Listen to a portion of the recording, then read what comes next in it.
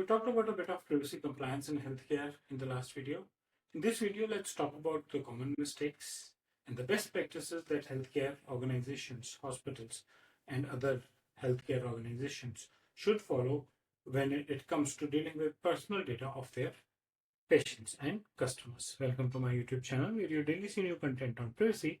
And I said, let's talk about common mistakes and best practices that Indian hospitals and healthcare should keep in mind when they are issuing notices or when they are following personal data privacy for their organization. The common mistakes that the healthcare organizations should avoid include using very generic templates for privacy notices.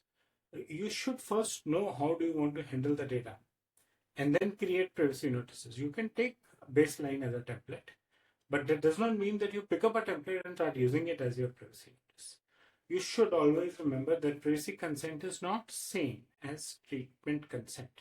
I'm making a video that you'll see tomorrow where we have distinguished between privacy consent and treatment consent. They are two different things. They cannot be equated. They cannot be seen together as same thing. You should not over-collect data. Data minimization that we talk of. And it generally happens in hospitals where they end up collecting more data than what they need. Difficult to say from a patient's point of view, but the hospital needs to be very careful that they are collecting only what they need. Reusing data for research without consent. Again, the hospital can defend and say it's for a legitimate purpose, so I don't have a consent. But a good ethical business practice would be to take a consent when you are picking up data from a user or when you are trying to use or create their reports for research purposes. There are no strict role-based access, and many hospitals would debate with me on this. Their ITs are perfect. Well, they are. But in many cases, we have seen that there could be common IDs given to the entire team of paramedics, right? For a given ICU, for example, there's one ID. So the 20 paramedic staff working in that ICU, they all will share the same ID and password. And the password changes and all of them know the password. So someone has to own and be responsible for who is logging in, right? If possible, many IDs, I know that would make the job of the IT very large, but then that would add to more security and responsibility that the person using the data would be very careful that I am the one who is on using this data. And then a weak grievance redressal system. I think we are still far away from creating grievance redressal system with respect to privacy, right?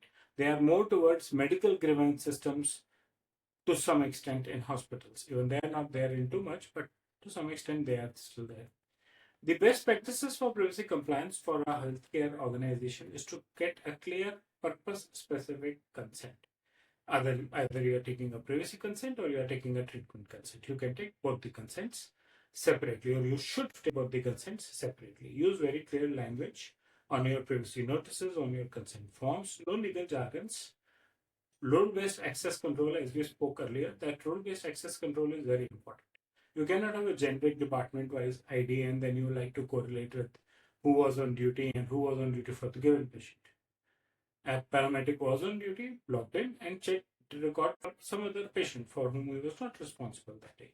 This could be accidental, this could be deliberate to share the data or to help someone within the team. But if there is a breach, then this could be very risky. So what is also important is to keep a log of who is monitoring, who is tracking the data, and how is the data being monitored all across the paramedical team.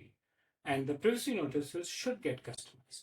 A customized one displayed at registration. We are picking up this data. This is the way we are going to use. Maybe outside the operation theaters, maybe outside the emergency areas. Any place where you see that the patient and patient families are going to accumulate or going to wait for some of the other activity, you can use nice privacy notices, posters, danglers for them to understand how their data is being used. Blood bank could be one of those options. You know, you generally see in any hospital that there are people going about outside the blood bank. So they can review while they're in the queue for their turn to get blood issued for their patient. Should be in easy to understand local language, images.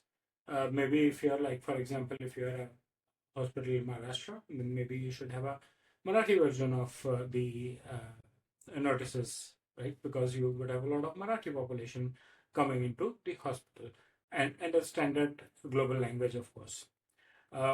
Third-party data processing agreements need to be very, very safe and secure.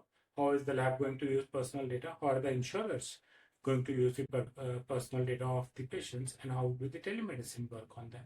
You should perform regular privacy audits and assessments. Should conduct a regular PIAs and DPIAs for the hospital. Encryption is very important. You should ensure all backups are encrypted and you should secure them with regular backups. Apart from backups, the primary data should also be encrypted, right? So primary data encrypted, maybe anonymized depending on the sensitivity of the data, and then encrypted backups, very, very regular, scheduled, as low as online, depending on the kind of data. Maybe the HIS application should be online. Data minimization and retention policy, simple. Collect only what is required and retain it only till the time it is required. Your HIPAA and HITECH regulations may ask you to keep it for 10 years, perfectly all right, but then you have to make them secure. Then you have to make sure that they are encrypted. Then you have to make sure that you have their backup copies as well. So that's about common mistakes and best practices when it comes to handling personal data for hospitals and healthcare. I hope you like the content of my video. Please press the bell and the like icon. Subscribe to my YouTube channel and share your feedback in the comment section. Thank you.